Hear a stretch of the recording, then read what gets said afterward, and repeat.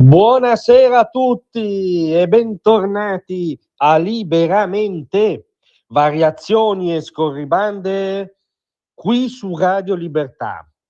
Allora, meno male che c'è l'altro contraente, il contraente minore, il contraente debole dell'alleanza che ha vinto il referendum, ahimè, sulla riforma della giustizia. Il soggetto forte di questa alleanza ovviamente è l'ANM, l'Associazione Nazionale Magistrati, ormai partito politico a tutti gli effetti, come sapete in una sua sede presso il Tribunale di Napoli si è stappato champagne urlando chi non salta Meloni è, quindi agendo espressamente come soggetto politico, addirittura con un linguaggio diciamo da curva calcistica, ma sono i vincitori della sfumatura inquietante, perché da oggi ci indagheranno barra giudicheranno anche magistrati che hanno questa postura. Poi però c'è, per fortuna, dobbiamo tirarci un po' su l'aspetto comico nel fronte dei vincitori, l'aspetto comico ovviamente quello del campo largo, quello dell'accozzaglia che oggi potrebbe legittimamente incassare una vittoria elettorale, per quanto spuria, non erano elezioni politiche, si tenessero elezioni politiche dubitiamo che oggi vincerebbe il campo largo, ma incassare una vittoria politica, avere un risvolto mediatico solo positivo, avere solo pubblicità positiva. E invece cosa fanno loro signori? Si incagliano nel mega dibattitone. Il dibattito no, diceva già Nanni Moretti, ma loro non ne hanno visto la filmografia evidentemente, e quindi si scatenano invece di limitarsi alla sana festa democratica dopo la vittoria nel dibattito sulle primarie evocate per primo da Giuseppe Conte, come sapete. Ci apriamo alla prospettiva delle primarie che siano veramente aperte, tra l'altro con un, come dire, cortocircuito linguistico, ma questo era il messaggio. È arrivata la convergenza di Elly Schlein, che ci ha tenuto a rivendicare: ho sempre detto di essere disponibile alle primarie, discuteremo di tutto, modalità, tempi, e quindi la questione diventa già le modalità delle primarie. Ma hai appena vinto un referendum, ma stai su quello? Ma no, Elly a un'uscita di Conte deve inseguire, se no va in ansia da prestazione. A far da contraltare, quindi alimentare il dibattito, è intervenuta la sindaca di Genova Silvia Salis, candidata in pectore a queste ipotetiche primarie, che invece le ha stroncate. Le primarie sono sbagliate perché ti obbligano a mettere in contrapposizione due o più soggetti che in realtà sono nella stessa alleanza.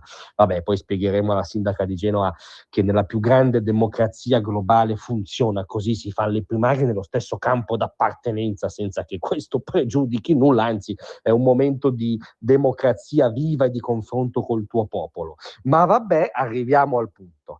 Arriviamo al punto perché c'è invece prestigiosa autocandidatura e accettazione del metodo delle primarie. Signore e signori, l'ex direttore dell'Agenzia delle Entrate Ernesto Maria Ruffini, ve l'eravate dimenticato, immaginiamo non sia, come dire, il vostro assillo principale, anche se, come dire, l'ente che ha presieduto e diretto meritoriamente lo è spesso l'assillo principale di commercianti, artigiani, piccoli e medi imprenditori, partite IVA che si dibattono nella trincea dell'economia reale. Ma in ogni caso il curriculum di Ernesto Maria Ruffini è quello di una purissimo cursus honorum da tecnocrazia di Stato. È stato, oltre che al vertice per 2 volte dell'Agenzia delle Entrate, anche al vertice di Equitalia, quindi parte sicuramente con un effetto simpatia presso l'elettorato consistente.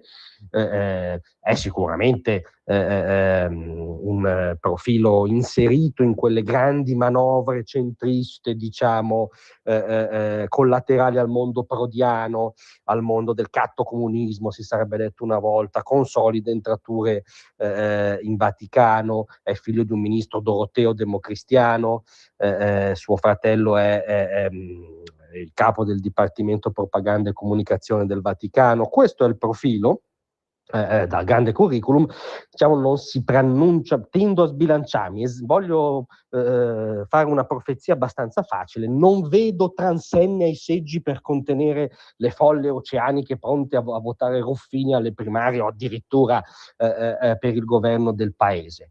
Ma in ogni caso voi capite che se il dibattito diventa che Ruffini accetta le primarie, per fortuna che ci sono loro signori, per fortuna che stanno sfruttando, tra virgolette, una vittoria oggettiva come quella del referendum in questo modo. Per fortuna che sono già incagliati nel dibattito delle primarie, per fortuna che Elly persevera a inseguire l'avvocato del popolo, insomma, per fortuna che la alternativa di governo non corrisponde affatto alla somma aritmetica dei vincitori del referendum, e speriamo le ipotetiche primarie le vinca in qualche rocambolesco modo Ruffini, perché sarebbe la migliore assicurazione sulla vita del centrodestra. Grazie a tutti, a domattina.